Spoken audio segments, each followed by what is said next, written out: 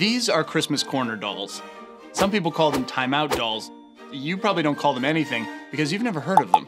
I hadn't heard of them either until I stayed with my wife's family one Christmas. Every year, my wife's aunt takes these dolls and leans them against her chimney. She leans them against her chimney because if you turn them around, you would see they have no faces. I'll repeat that. They have no faces. Who would do this? Why would you do this? Why would you take faceless taxidermied child dolls and lean them against your chimney? Because it's tradition. Every year we suffer through holiday traditions. We eat stale chocolate out of calendars. We listen to Baby It's Cold Outside, even though there have been over 400 comedy sketches about how creepy that song is. What's in this drink? We place an elf on a shelf and turn our living rooms into dystopian police states.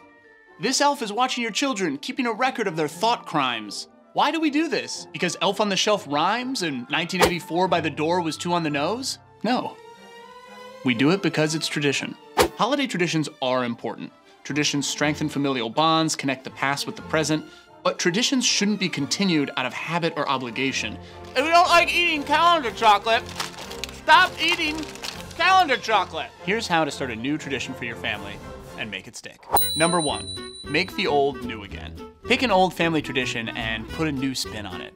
A new tradition is what happens when a family connects to its past and takes ownership over the future. The photo on the stairs now becomes the selfie on the stairs.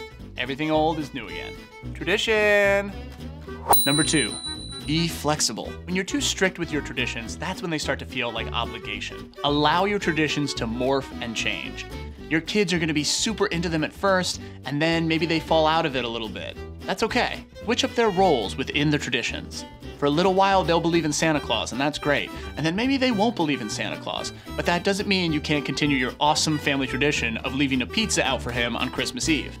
Yeah, that's a new tradition I'm trying to start, but you can have it if you want it. Number 3, create a tradition around a family value. You and your partner create a moral philosophy for your kids and your family. Why not take some of those values and turn them into a new tradition? Volunteer as a family, take an annual holiday walk, watch It's a Wonderful Life, and feel gratitude. You want the moon? Just say the word and I'll throw a lasso around it and pull it down. A tradition is simply a story we tell our families, and one that we hope our children will remember and tell their families. So this year, tell a new story. Start a new tradition, even one that includes faceless dolls. Thanks for watching this video from Fatherly. I'm Jewish, so every Christmas my family would go to the movies, and one Christmas the movie was too loud, so my dad ripped up a napkin and put it in his ears.